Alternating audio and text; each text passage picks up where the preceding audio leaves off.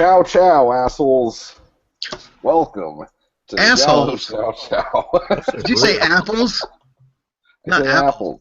apple. The All Giallo Show, where tonight we're going to be talking about the case of the Scorpion's Tail. I am Creep Creeperson. Hello. And with me is Chris from Giallo Score. Hey, what's happening, everybody? And the Phantom Erik from the Boiler Room. That's right. And we're going to solve that case tonight. We better. The case of the boiler room? The Yes. case of all those topless men on your wall? It's actually, yeah, it's a pretty simple case to solve. I just am obsessed with topless men. Who isn't? Especially when they get a little oiled up. Yeah, I got a picture right here of King Kong Bundy with nothing on, oiled up. Ugh. Yeah. That's all man. Even I know that one. Ugh. And this was after the gastric bypass, Oh. so it's all flappy and Yeah, he lost all his marketability after that. yeah. Now he just has a bunch of yeast infections all over his flaps. Mm-hmm. But he wasn't the guy who bit the turnbuckle, right? Wasn't that George the Animal Steel? George the Animal Steel. Okay. Yeah. Was George the one with like the blue tongue or something? Green tongue. Green tongue? He played Tor Johnson and Ed Wood. Oh, okay. I never saw Ed Wood. Oh, you're a jerk. I know, that is right? an amazing movie. Just leave now and go watch it. All right, see ya. Welcome to Ed Wood Ciao Ciao, the All Ed Wood Show. Let's not devolve into that. Yeah. It would help our professionality, if that's a word, because we're about as pro as one of his movies. But, yeah, so how have you guys been? It's been like a whole 2 weeks and a day. It sure has. Feels weird. Yeah, it does. I've got that Tuesday feeling, if you know what I mean. Yep. It means it's Margaritaville in the frickin' boiler room. Mm-hmm. Just looking for that last shaker of salt.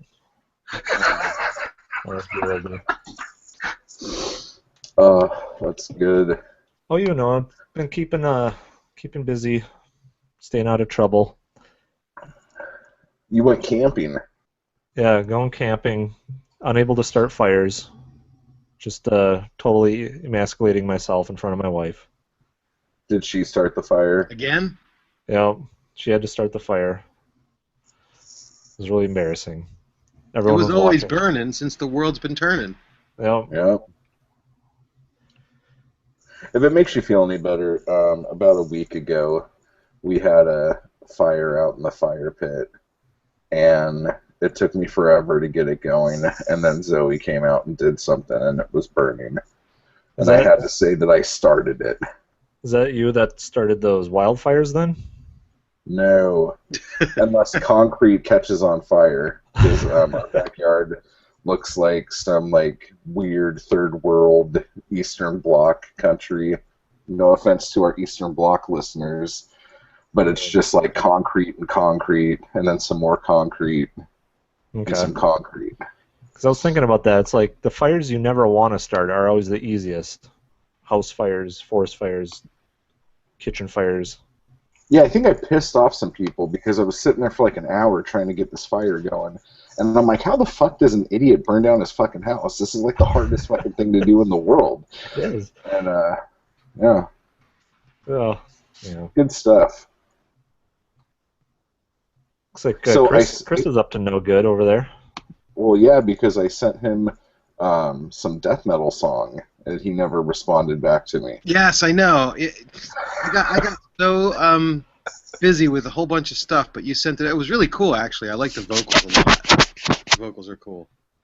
Oh, thanks for making me look good in front of all the listeners and stuff. I appreciate it. No problem. Yeah. Well, for me, I had an adventure last weekend. My wife talked me into going to have a session in a sensory deprivation tank Float tank? In a float tank, yeah. I went for a float tank session, and it was pretty interesting. There's a place out in New Jersey that's not far from us, and it's not one of those like space pod coffin capsule things, because I don't think I would be able to get in one of those. This one was more like a really oversized bathtub with a door that was a really heavy door that slid sideways, and there were like buttons right to your right of your fingertip that you could easily just kind of with the easiest amount of pressure just touch, and the lights would come on, and so they really had it set up so that you wouldn't freak out. And I tried not to freak out, and I did a pretty good job. But it was pretty cool. Like I didn't know what to expect, and I had done a lot of research, and I listened to like Joe Rogan talk about what he does when he gets in the float tank and how much like pot brownies he eats before he goes in, and I didn't do that, but I didn't really know what to do once I was in there. I'm like, what am I supposed to do now? And so I'm like, am I really just going to float here for an hour? And the next thing I know, the hour was up. But I had spent a lot of time just either trying to keep myself occupied in my brain, or just doing some like, I don't know, like some breathing meditation or whatever. And then it was time. Like when your time is up, they just turn the water on. They don't turn the water on. I'm sorry. They turn the lights on, and they bring some like gong sound to like wake you up. So it was pretty interesting. It's supposed to be really relaxing, and I think maybe for the last 10 minutes or so it was. And because of all the salt that's in the bath, it's very good for your muscles and muscle soreness and whatnot. And then when I got out, my wife, she comes out, and I'm like, well, what do you think? She's like, well, you know, it was really weird for the first 5 minutes, and then I was just gone. And I'm like, it only took you 5 minutes to get used to like being in that tank in the complete darkness, and you know you have your earplugs in. For? What's that? How long were you in for? Well, the normal session is like an hour, but if it's your first time, they give you like an extra 15 minutes because they figure that you're gonna have some time to try and just get used to being in there. So.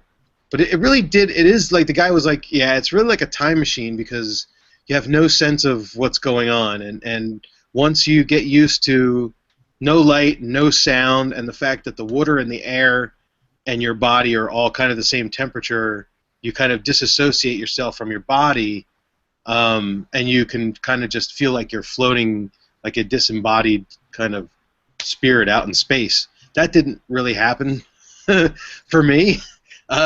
Because I kept embodying myself by turning the light back on and all that other stuff. But I would like to try it again now that Now that I know kind of what to expect. It was a pretty interesting experience, but I didn't think of anything Giallo related while I was in there. So. Did you pee? In the float tank? No. Yeah. Oh, okay. No. Did you feel like Sigourney Weaver? It was really weird. Like I hadn't watched the Altered States movie, but I heard that that's like you don't watch that if you're going to go into one of those tanks because it turns out bad. I think in that film. But well, in Fringe they do it too, and it's kind of scary. Oh really? Yeah, no, I didn't watch Fringe. I just want to make a comment real quick for those of you watching live. If you would like to join our conversation about Chris peeing in the bathtub, the Q&A app or the question and answer thing, because that's the only thing that we have access to look at right now. All right. One other thing that I'd like to bring up is, sorry for spending maybe a little too much time on float tanking, but I know they're pretty big in L.A., so I don't know if you've seen these centers pop up anywhere, Creep, near where you're at, but supposedly they're catching on like a pretty big thing over there. The only thing that's over here every 2 minutes is marijuana shops. Oh, yeah. Well, that makes sense. Yeah. So I was somewhere.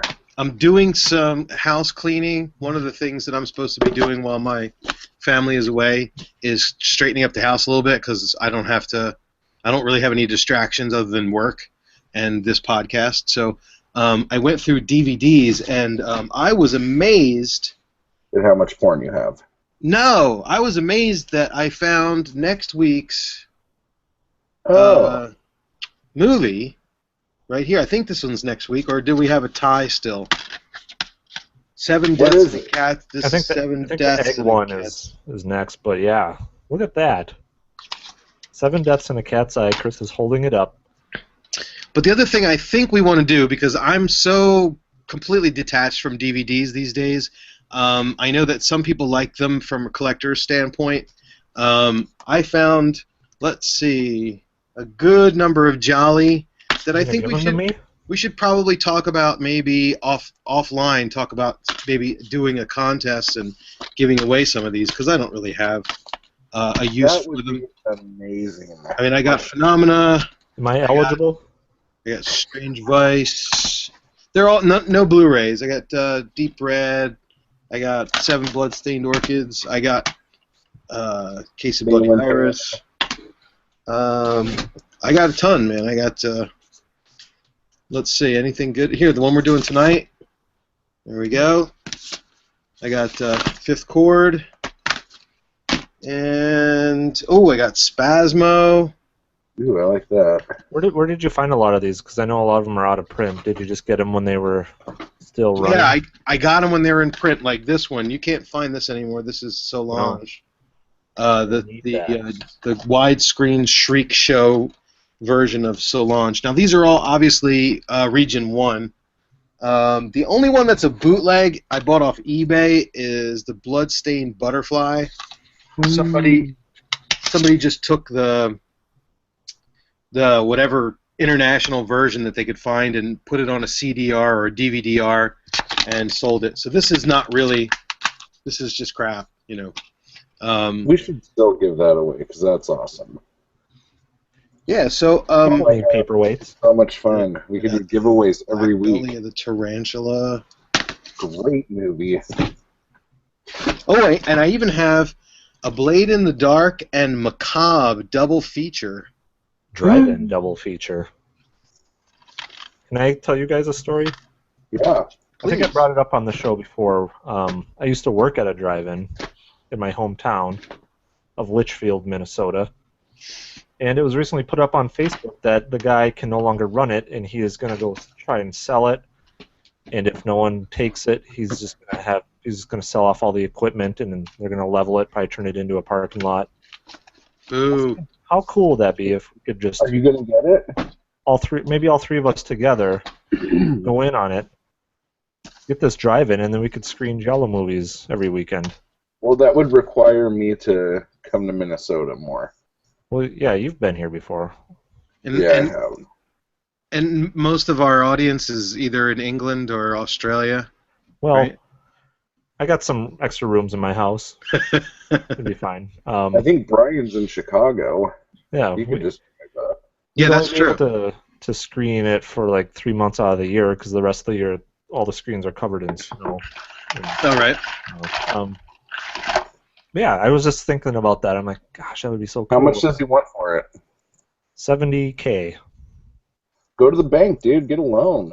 Small business Put your house loan? up for collateral while your wife's not around. If I was more than just 4 years into my current 30-year mortgage, I might think about it. I got a ways to go before I'm ready to take on another, straddle some more debt.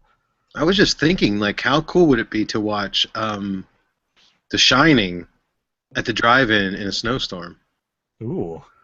Oh, that'd be Especially awesome. if it was like an unexpected snowstorm. Yeah. Wrapped.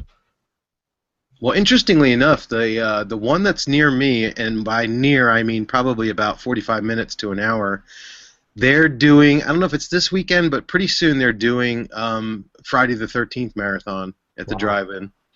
So that would be so cool to go see. Yeah, the one that this guy runs, it's just all new movies, like Jurassic World and stuff. But yeah, it'd be really cool to get an old-style drive-in going. Yeah, these guys, I mean, they did this thing in Philly, and they just joined forces with this place, this drive-in, I guess for the summer, or just the warm weather months, and they've been doing crazy stuff. They did Suspiria one night, and they did kind of lots of other things like 80s movies and stuff. So it's pretty interesting. Yeah. But I haven't been out there yet, so I can only Well, speculate on how awesome it is. drive-ins are always awesome. Almost as awesome as making a case out of the tail of a scorpion. That is what we call a transition in the podcasting business. Great segue. So, I'd love to see George Hilton on the big screen. he's not the first person I would want to see that big, but he ranks up there. He's up there. So yeah, tonight we're doing Case of the Scorpion's Tail, and this was Chris's pick that got a landslide of votes. And so why don't you tell us a little bit about this gem and the holograms? All right. Well, yes, it was my pick, and I think I picked it simply because I was waiting patiently to do another Sergio Martino film. Excuse me, I'm not entirely prepared, so I'm doing this off the cuff. I just wanted to look up and see.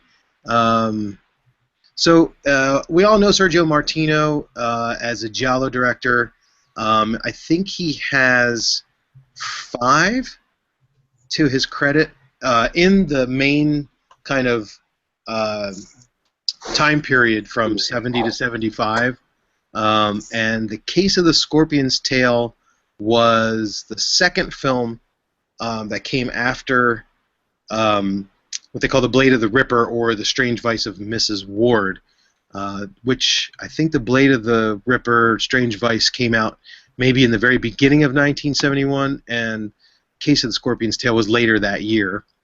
Now, for Martino, I have to say that this is probably his very most traditional Giallo that he put together. Considering that his first Giallo, which was The Strange Vice of Mrs. Ward, really, it's a very classic film, and for Giallo fans, I think most people probably agree that that's his best one. However, it's a little bit unconventional in as much as the way that kind of the kills and the amateur detective type stuff is handled. And then once you get to Your Vice is a Locked Room, that's kind of an adaptation of a Poe film, or a Poe story, that is. And then All the Colors of the Dark is more of a Giallo fantastique.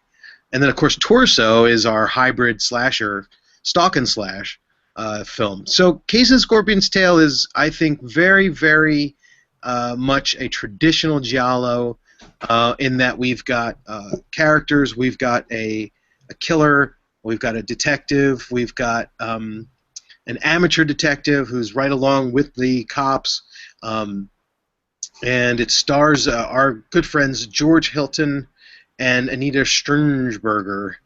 It also stars, I don't know her name, the woman who plays the girl in the beginning of the movie, Lisa Balmer.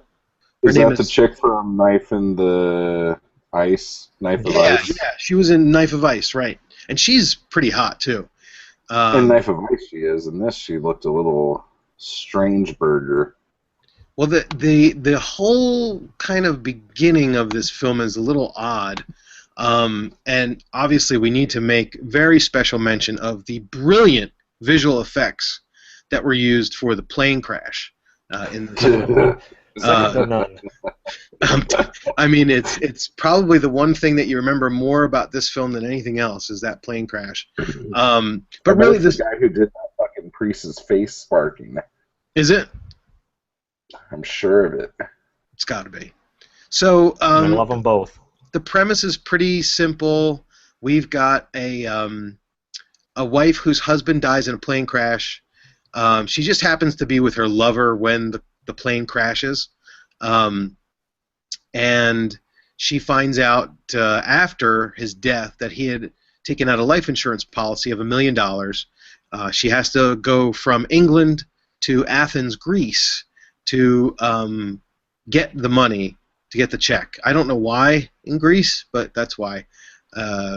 It's more picturesque filming location than England, which I was pretty glad about. I really liked the filming that Martino did in England while he was there, or while the characters were there, and then as they moved into Athens, there was a lot more striking kind of landscapes and visuals and whatnot.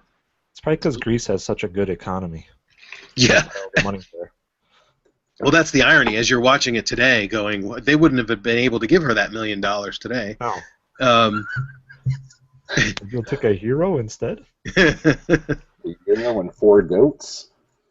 So what's interesting about the film is that our main character, this Lisa Balmer, who kind of gets involved in this blackmail thing with this heroin addict. We don't really know who he is, but he gets killed off by somebody else.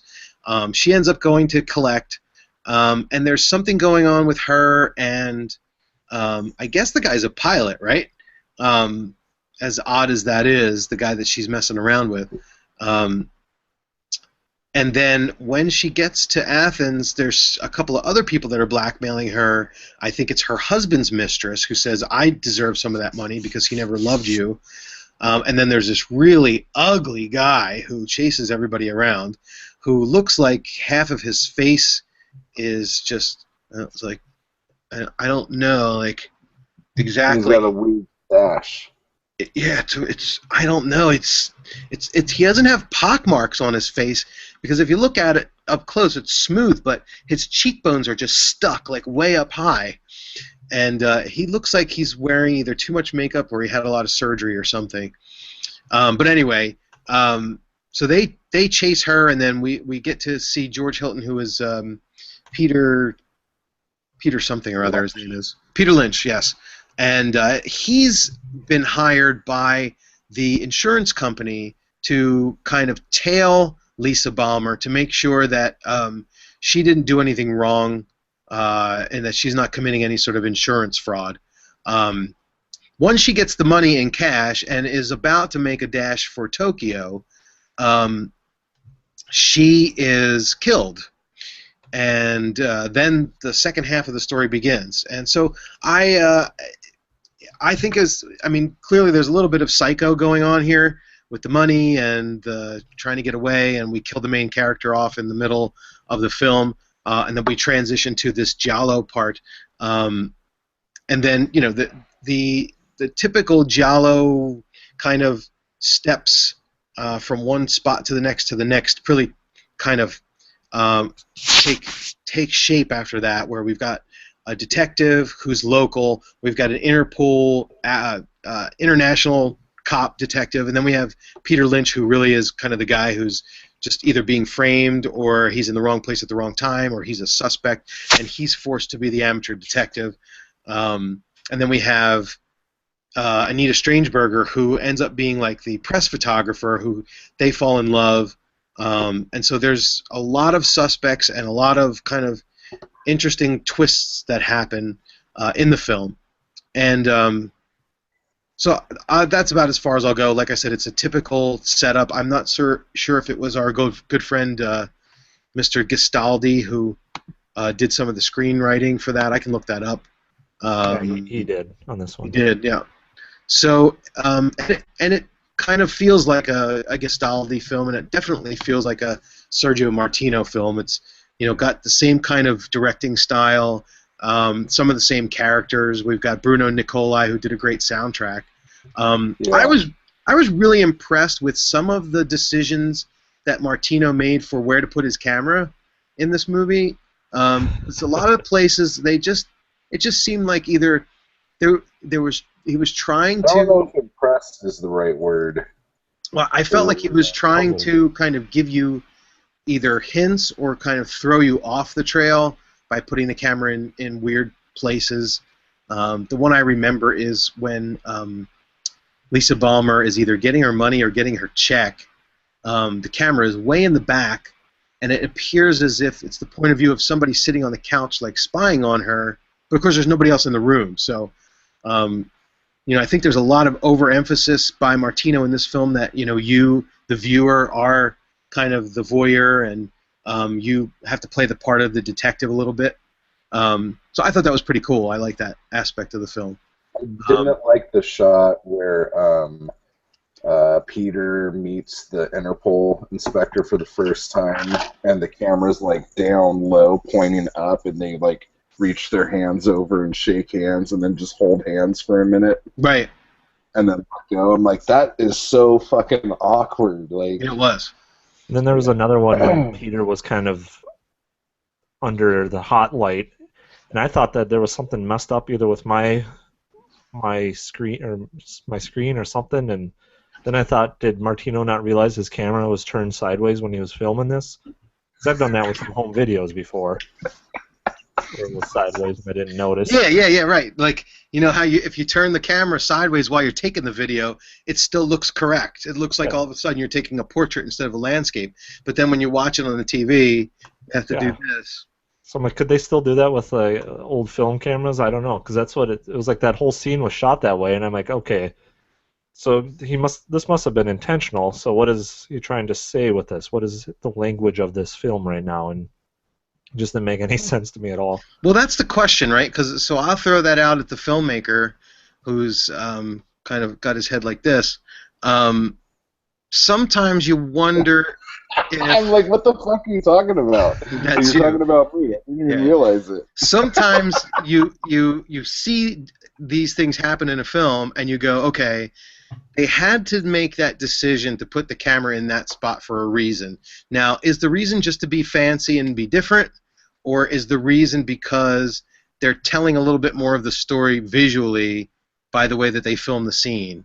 And obviously the answer is yes and yes. It depends on the director. Yeah, it depends, because like on both Miss Ward and Bloody Iris, obviously Bloody Iris isn't him, but both of those movies do that sideways shot, and like on Bloody Iris, it's like one of my favorites actually. It's when she's laying on the carpet, when her and Home Dude are doing the Bone Thug. Yeah. And it just like, but it works really well. Yeah. On makes that, sense. but. So, I mean, I know that was not necessarily I'm sure it was something that, like, people did a lot of then. Like, ooh, let's put this on its side and see what happens. But there's happy accidents, There's shit that got fucked up, and then they're like, oh, wow, that's actually pretty good. Let's just keep it. So I'm thinking the other question I had, and I watch these films now with a little bit more sensibility towards the fashion now that we've been doing these podcasts for a while, but the one thing that stood out for me was George Hilton's purple jacket. I don't know if you like that or not. I thought that was it kind of reminded me a little bit of like a Brady Bunch episode, but it's kind of cool just because he is usually so earth-toned. Right. Like, always wearing, like, brown or tan or something like that in every fucking movie. So every time you put a little color on him, it's kind of fun. And our leading lady, Anita Strangeberger, I think she looked really good in this. We've already discussed that her implants are terrible. Yeah. They just kind of... They look pretty good in that wet shirt.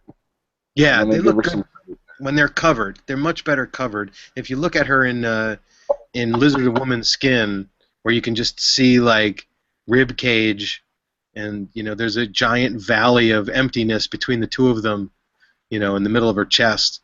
But she gave the doctor the approval when she was wearing a T-shirt. Oh, could be. Yeah, she didn't realize what it looked like without a T-shirt. I think that's how it works. But I think she looked good in general in this film, a lot better than she looked in, like, Your Vice. Oh, well, yeah.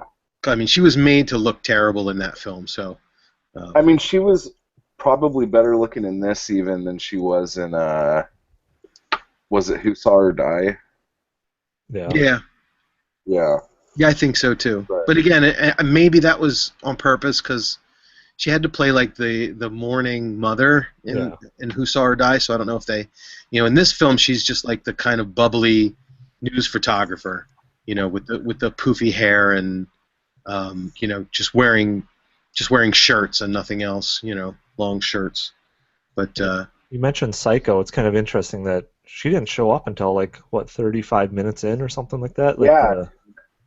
the heroine of Psycho. So it's kind of like I'm waiting for her, watching this film, waiting for her to show up. This is my first time seeing it, and then Hilton, he didn't even show up until like 15 or 20 minutes in. So it's yeah. a very, for me, the first I mean, I understand the pacing and putting the story together, but that first 10 or 15 minutes, besides that chase down the walkway, that was fucking. I'm like, what is going on in this movie? I mean, yeah, that plane blew up, so that sparked attention. But the correlation to Psycho is a really astute point, sir. But it's a change in point of view throughout. It's just kind of interesting. Yeah. Well, I mean, and there was a confusing part in the beginning too. She meets that guy. I forget what his name was, like Bruce or Brian or something, and he says, "You're gonna have to give me more money than that." And so the very next scene, she walks to where his house is. So, originally, from what I remember, she gets on the phone, and after she hears that she's gonna go collect this money in Athens, I think she calls her boyfriend and says, "I'll meet you at that place where we usually meet." And then she's walking and she runs into the heroin guy. He demands money. And then after that scene is over, she walks into the slums, it looks like. And I don't know if this was supposed to be done on purpose, but I got the impression that she was going to go see the boyfriend there. And when she gets there, she finds out that or we find out as the viewer that she's actually going to the same house as the heroin addicts where he lives to give him the rest of the money so that she can get the letter that she sent him that said something about her relationship with her husband. And when he comes out of the door and he's half dead, it doesn't look like him. It doesn't look like the same guy from the scene before. So that part, I think, the very first time I saw that confused me. I didn't understand what was going on. But then right after, she's being spied on by that Kermit the Frog looking guy, and then after he kills the heroin addict, he just kind of lets her go to Athens, and obviously that was because he wanted her to collect the money before he killed her, or whatever they had planned to get the money away from her. But yeah, so So do you have 2 killers on your Giallo score? Do I have what? 2 killers on your Giallo score? Yeah. Mm-hmm. Good. Yeah, we definitely had 2 killers. What really ruined the score for this film was that it didn't take place in Italy. That was a big one. Also, they never did a flashback at the end of the movie to kind of give you the reveal. They just had which they killer. totally could have done because there were so many instances where he well, are we spoiling it now? Yeah, we might as well. I mean, we'll get to we've kind of talked about most of the exposition of the film, and then the final scenes. I remember this very last time through watching it, I kind of spaced out when it came to the clue of the scorpion's tail and where it came from and how the Interpol guy figured it out. But basically, it turns out that, and this is pretty rare for a Giallo, it turns out that our amateur detective is actually the killer. And I thought that was kind of cool because then you have to go back and say, well, how did they film it so that it... Because I don't know if you guys were surprised by who it was, or if you picked it out. But there was a lot of misdirection. I mean, at one point, Cleo DuPont is attacked by the quote-unquote killer, and he's nowhere to be found, and he actually comes and rescues her. So that threw so much suspicion away from him.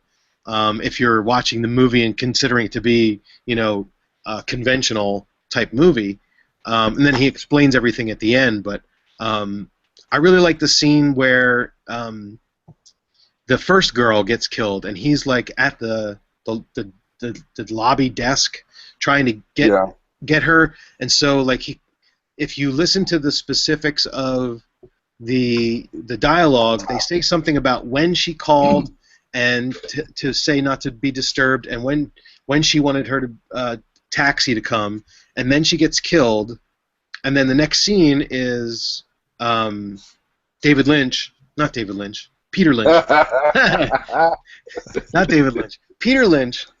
right in the lobby again. So you're like, okay, well, by way of editing, you see Peter Lynch, then you see her get killed, and then you see Peter Lynch again. So it can't be him, even though there's no explanation of how much time has passed and what he could have accomplished during those edited scenes. So did you guys, was it a surprise that it was him, or did you guys figure it out? Well, I think earlier on there was that hint that it could have been the first girl's husband. Frank, was it Frank Baumer? I can't remember his first name, but I kind of latched onto that, and I was kind of actually hoping that was going to be the conclusion. And then when they got the guy with the mustache was actually Frank. Oh yeah. See, that would have been cool, and then it just got a little too heavy-handed in that direction towards the end. That's where they were leaning.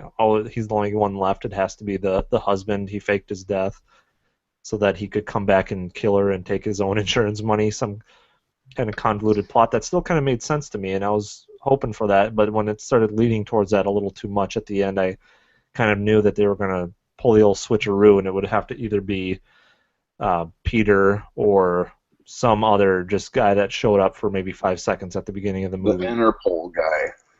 Because the Interpol guy and George Hilton, and I've said this before, but whenever I watch a movie, I always assume that the killer is one of those two. Yeah, right. And I'll usually make it out okay, or I won't, but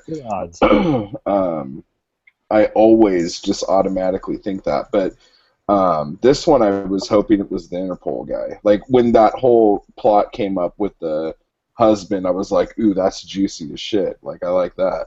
Yeah. But when you go back and you watch it, I think the best scene is when he first takes Strangeburger up to his pad, and he makes her a drink, and she's like, are you drugging me? And he's like, oh, I always do, so I could seem more charming. And it's like, yeah, dude, he's drugging her so he could go out and do his business, Right. Like, there's so many little clues like that are just, but he's so charming. He's got his hands all over her. Tell. The whole movie. Yeah, he's quite a dog. How could she be so stupid? Always goes for the wrong guys. Always.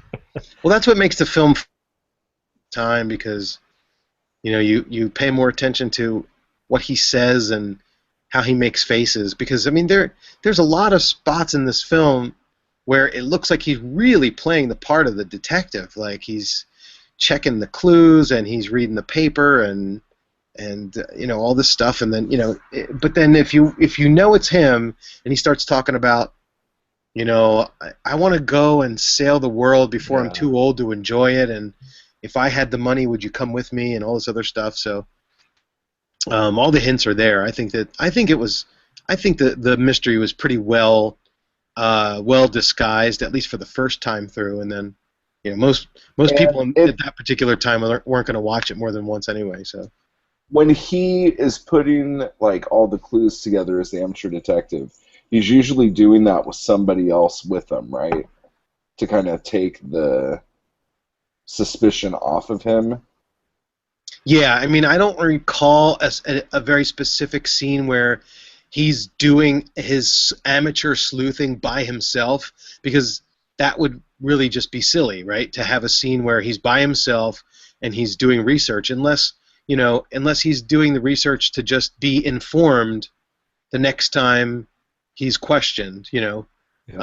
so that he can again try to take suspicion away from himself. I don't know, but I didn't remember. I think all the time he's usually someone else is usually around when he's trying to make it look like he is trying to solve the case. So. Hey, real quick, this is totally off topic, but did we do a show on a movie where Carol Baker is in a windmill at the end of the movie? Or was that just a movie I watched? Because I almost got confused a second here. And then I'm like, oh, wait, that was Carol Baker in that one movie. It sounds kind of familiar, but I don't think it's one that we did for the show. We did Knife, okay, Knife of Ice with Carol Baker, but did we do any other Carol Baker films? I seem to remember maybe one other one, but... Do you guys feel like the ending of this film is kind of tragic in that if she had just gone away with Peter Lynch, they could have lived happily ever after? It seemed like there was a but then period the where Interpol guy is not going to get any. No. Well, don't you think they would have tracked him down eventually, he right? To enter his pole into her. But I mean, if she hadn't gotten nosy and dove into that coral looking to see what he was up to, if she had just kind of hung out with him and I guess he didn't know that they were tracking him, so that's a good point, but it just seems like it's kind of sad that if they could have lived their lives happily if they could have gotten away with it. He wanted her to be with him. He wanted it so bad, but then he had no other choice but to bash her head into a rock and try to run away and save himself. And it was just kind of, I just shed a tear. You always say like, oh, why didn't that bitch just fucking like swim back to the boat, or like, why didn't she just go here? But like that whole chase thing, I was like invested in it because it's like, I'm like, okay, now he's bleeding in the water. Swim all the way around and go back to the boat and drive the fuck off. Oh, wait, now you're climbing up a mountain. Okay, we'll run back around to the other side and swim back to the boat. He's going to be like, oh, fucking shit. It's just like you're being chased by a guy who doesn't have a gun, who's like super badly injured. Yeah. You're going to be able to outrun him. Don't stop, I do like how he had the harpoon gun at the beginning, or earlier on, and I looked at that thing and I said, that's going to be the gun on the wall that you always hear about in stories. It's going to be used again later on in the film, and sure enough, right into his gooch. Actually, I don't know. But yeah, so... yeah, I mean, is there any interesting background stuff on this?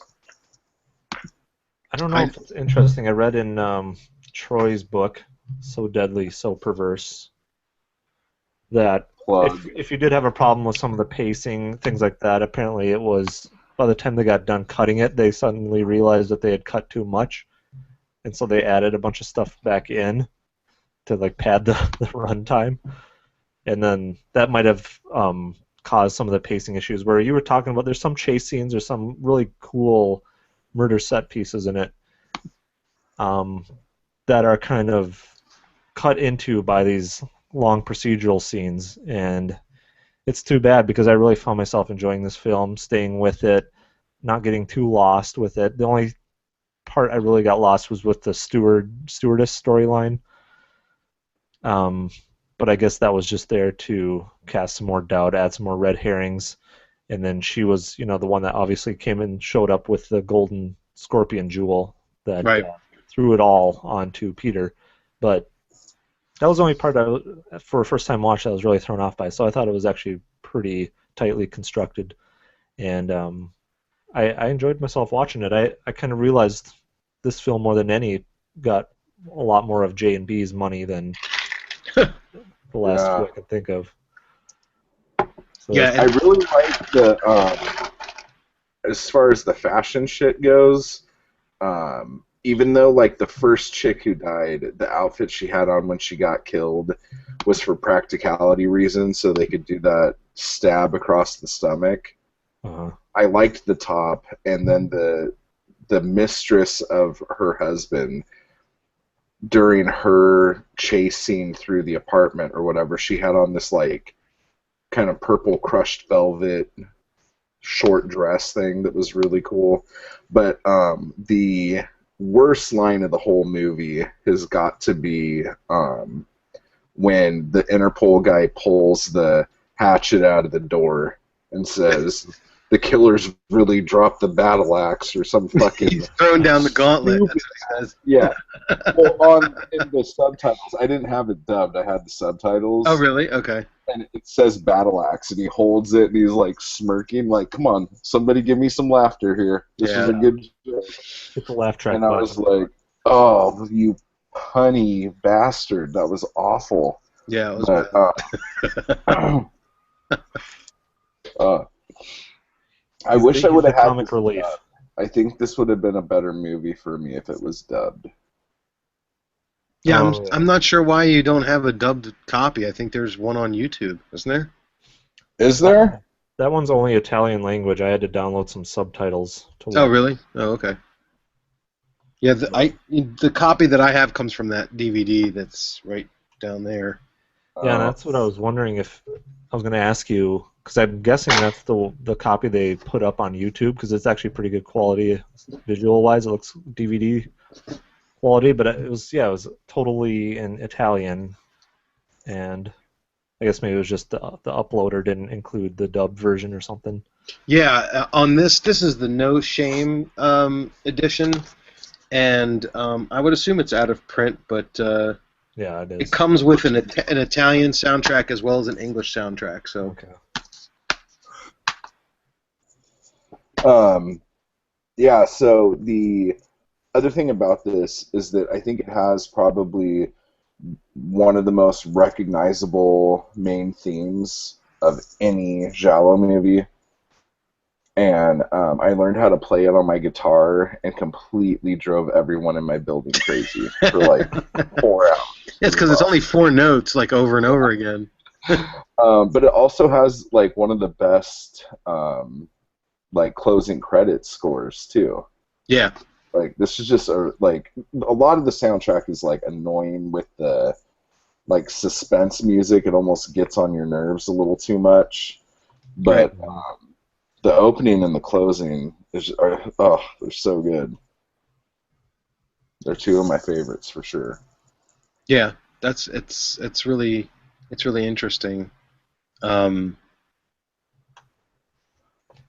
That this particular soundtrack, I don't know.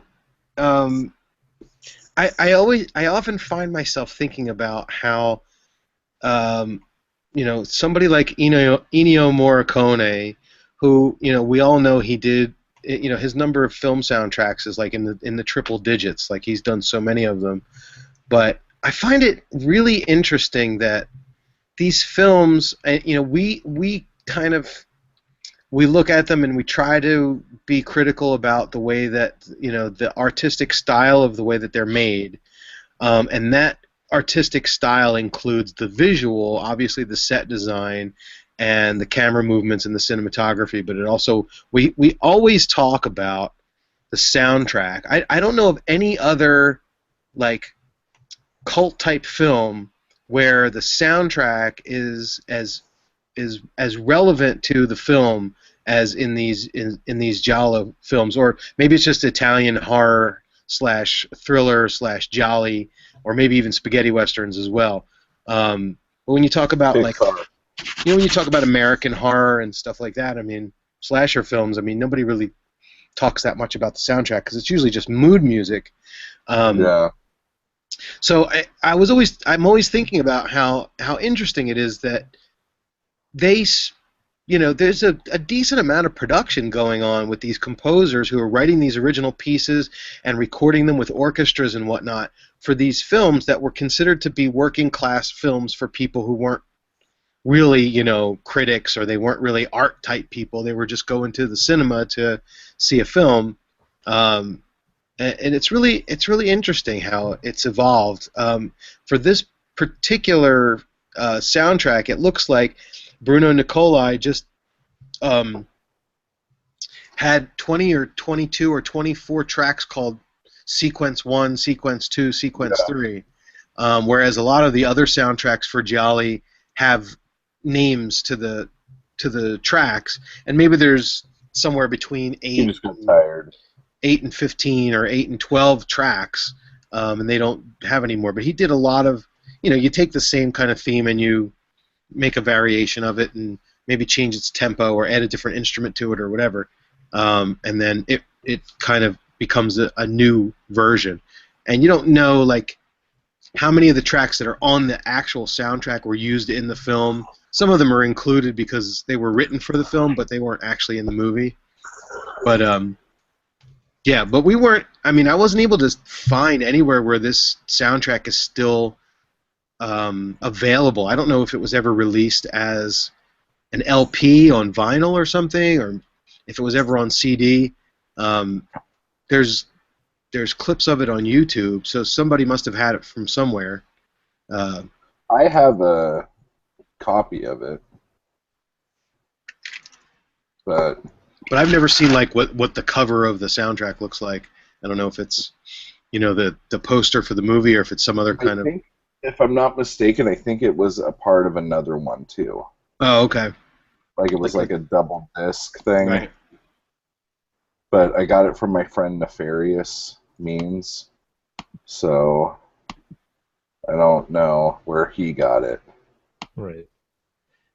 Yeah, that's a good point about it. You just have to wonder if they just take a lot of pride in their work and don't regard these films as being kind of the trashy, sleazy films that they are. I mean, it didn't seem like they really even started out that way.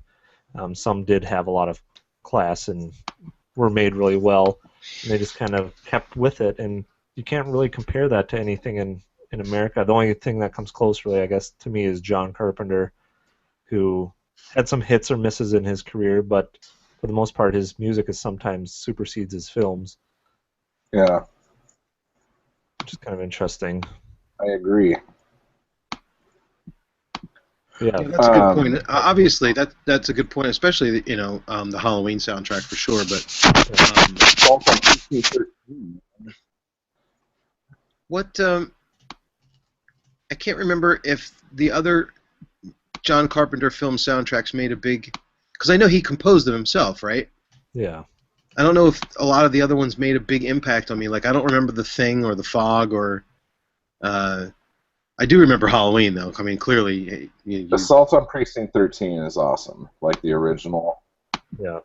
I totally, when I made that shit movie OC Babes in the Slasher at Zombie Town, I completely ripped that score off. And yeah, he's got a new album out actually called Lost Themes, which aren't actually themes from any of his films, but if you listen to it, it's just crazy how he's able to mimic those 80s soundtracks. It's really cool, kind of cool. So if you want to track that down on like Spotify or something, that's cool. It's a lot of good instrumental synth, spooky music. Nice. Okay, yeah. So for me, you guys do that. What was that? I was just saying it'd be kind of cool to see like an Italian composer harken back to these old soundtracks and release like a unreleased album of music or something. Oh, they got some. Yeah. Like Tarantino's always like lifting some of these soundtracks for his movies. Mm-hmm. And like I think in Kill Bill there was a couple of songs from Giallo or from spaghetti westerns that he put in his films. Yeah. Well, Django, obviously. Yeah. It's big. There's a couple, I believe, Lindsay movies that I have that recycle some of Nicolai's stuff that I've heard in other shit. But we'll get to that when we cross those bridges, because now I have no recollection of what they are. But yeah. But as far as this movie goes, I was not a fan of the following the main chick, having her die, and then having another main chick show up. Like, that was probably the only part for me. But I don't think this movie is necessarily super memorable, but it's definitely a good watch. Yeah, I have to agree. I don't think, I mean, in comparing this film to all the other Martinos, I think you're right. As far as its memorability is concerned, I remember the other films partly because some of them were bad in certain aspects, and that's what made them memorable. Or just not necessarily bad, but just different or unconventional. Whereas this one is pretty straightforward. Like I think Strange Vice is my favorite of the Martino Jolly. And then when you talk about All the Colors and Your Vice, and then Torso. so those two kind of they kind of identify themselves equally as unique because of the way that they've treated the subject matter. Your Vice is really more of an emotional kind of a thriller than a classic Jolly, and then or classic Giallo, and then All the Colors has got that kind of satanic, is it a nightmare, is it really happening, psychological thing. And then Torso, I mean, some people would say that, you know, Torso is Martino's best film as far as Jolly are concerned, but it's different. It has a different, I think it was a different producer. It was, you know, you're talking about, you know, when that was put out, I think 73, so a couple of years or 2 or 3 years after he'd done all these films and probably wanted to make something different. It's just that this one's so, like, no frills, middle of the road, Right. Giallo. Yeah. You know, It like had a there's little more sleaze, a little more Edwidge. Yeah. Might be a lot more memorable. oh man. But I think that's probably, you know, you could probably argue that that trait is to its benefit depending on what it is you're looking for, because you can throw this film on and, you know, maybe if you have a little bit of an issue with the beginning, that being a little slow or a little confusing, but otherwise, it's kind of you can probably assume that, you know, most people are going to appreciate it for it being a Giallo in the sense of what is a standard typical Giallo. So it's kind of like, you know, if you wanted to introduce people to the genre, I would introduce my mom to the genre with this movie, but that's it. Yeah. Like, yeah, I like the mystery aspect of it. If it just needed to have a little more of that, like we said, it kind of jumped around to different locales. If it had mostly Italy in it, a little more sleaze, it might be up there. or Tokyo. Fuck, if they would have shot this movie in Tokyo, Oh yeah, that would have been ridiculous, dude. That would have been I awesome. like that. Huh? That would have been. It would. I mean, is there a Giallo in Tokyo? We'll find it. Like, if there is, we'll find it. But I would just, I would think it would. I would be hard pressed to find anyone who would say that this is their favorite Giallo. So Right. if there is anybody out there, and you guys are like, "Why are you being so mean to this awesome movie?" Let us know. I would love to hear if this is someone's fave. Yeah. Well, here's my question. Taking out Strange Vice, which doesn't count, we haven't covered it yet, but I think Creep and I have both seen it. I don't know, Eric, if you've seen it. Taking that one out, taking out Torso, the middle three, which one is your favorite between Case of the Scorpion's Tail, All the Colors of the Dark, and Your Vice? Like, which one would be your next? Ugh. I mean, I'm assuming that the two I'm taking out are everyone's preference over the other three, but maybe that's not a good I assumption. would say All the Colors of the Dark, just because Edwidge looks great in it. But She does. that's like a very shallow thing for me to say, but it's the truth. Like, yeah, I guess that would be it. Good fucking God, that's awful. Shallow Giallo. Yeah. Yeah, I would go with the voters on our poll who all picked this movie in a landslide victory, I think that I enjoyed myself the most to this film, which is, I know, a tragedy to a lot of people because it's got more Strangeberger in it than his other films, but I don't know, I Yeah. dug this one for some Well, weird Edwidge reason. is in all the other ones except for Torso, right? So Yeah. that, I mean, if they had taken and used Edwidge in the Anita Strangeberger role, this would have definitely floated to the top, I would think. But she would need to be in the movie the whole time. Yeah. Like, dropping her in halfway through and saying, oh yeah, by the way, solve this fucking crime. I was Yeah. thinking if she was the Like- first girl, would you guys have been okay with that? Getting killed off halfway Oh. through? 'Cause that's happened to her a couple times.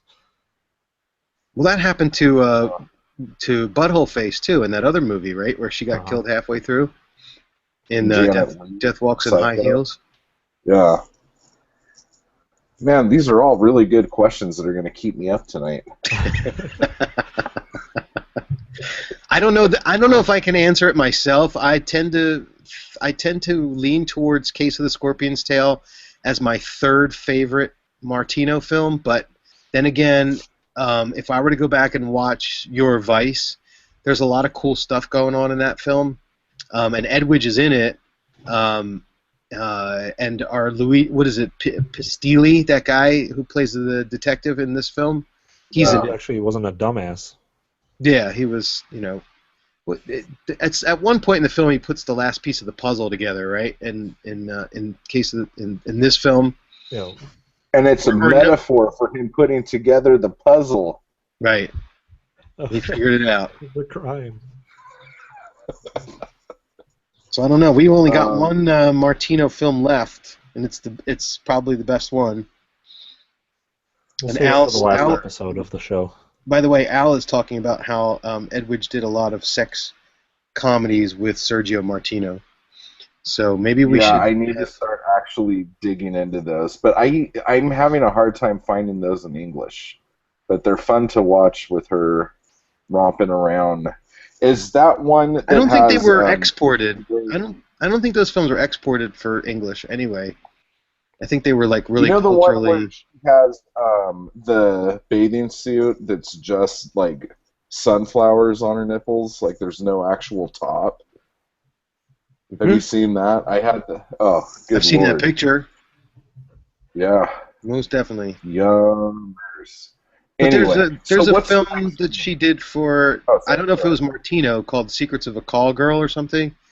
I Yeah. haven't seen that either. But I don't think, I mean, maybe Al would know this better than us. I don't think that those films at that particular time were in demand in an international sense. I think they were real specific to the Italian culture.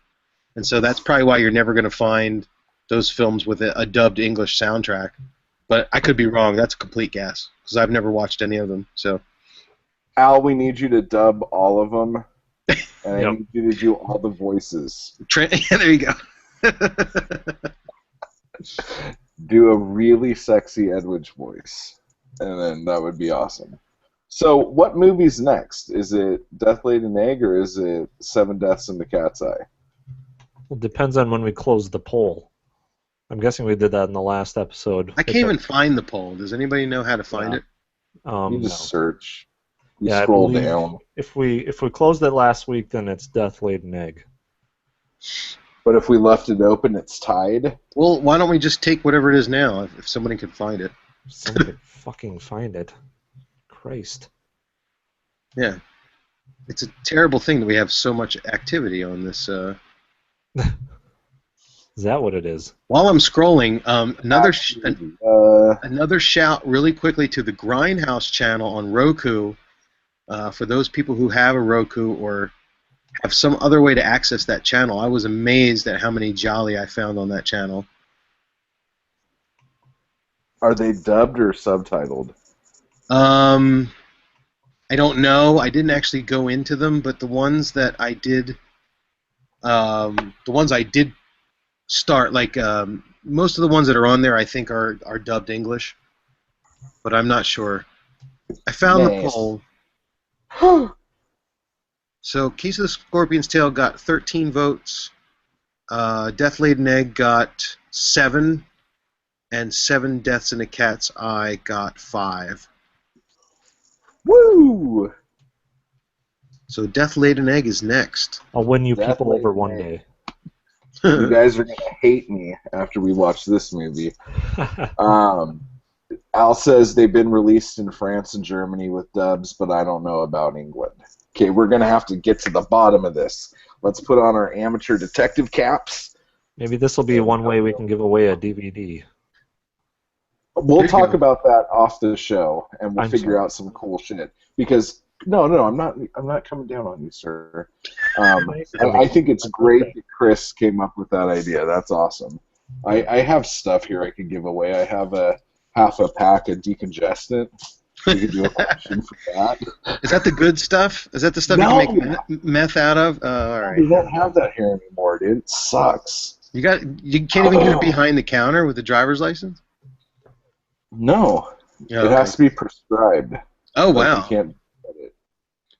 See, that's what's weird about California. You can't go and buy a normal dose of pseudoephedrine without a prescription, but you can go buy pot And on every street corner. on every corner.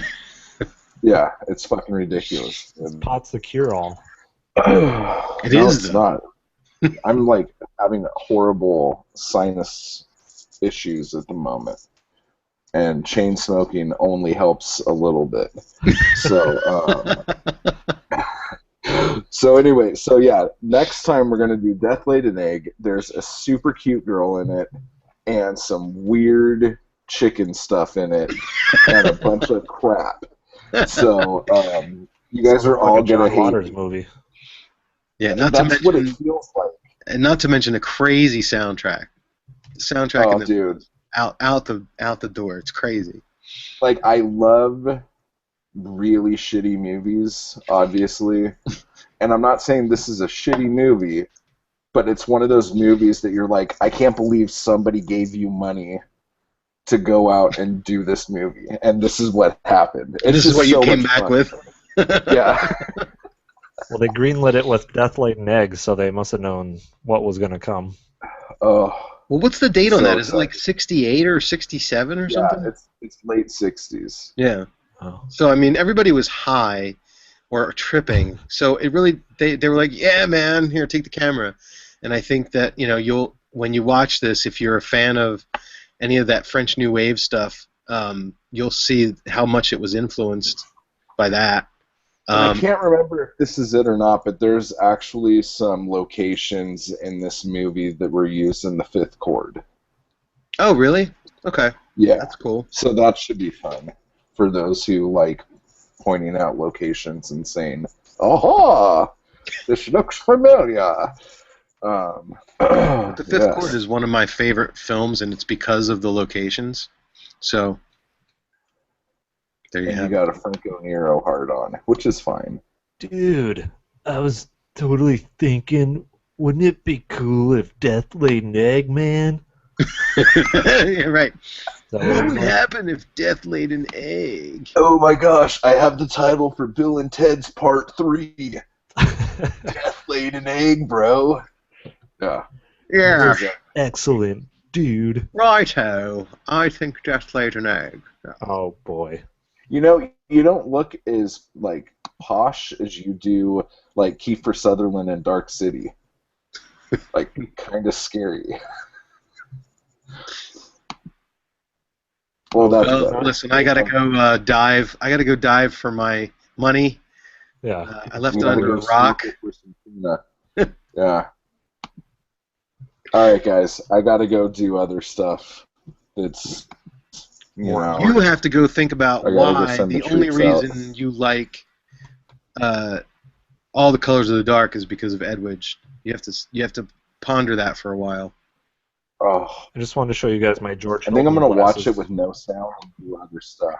Oh my gosh, she looks so amazing. Before I'm going to read anything. Put these babies on. All right. You gotta sign your name here. Well, let me put on my glasses first. When I sign someone else's name, that would be embarrassing. I don't want to sign on the wrong dotted line. All right. Well, Until next time, everybody. Ciao, ciao. Hola. Ciao, ciao. Ciao, ciao. Goodbye. Yeah. Goodbye. I finally looked at the camera. Yay.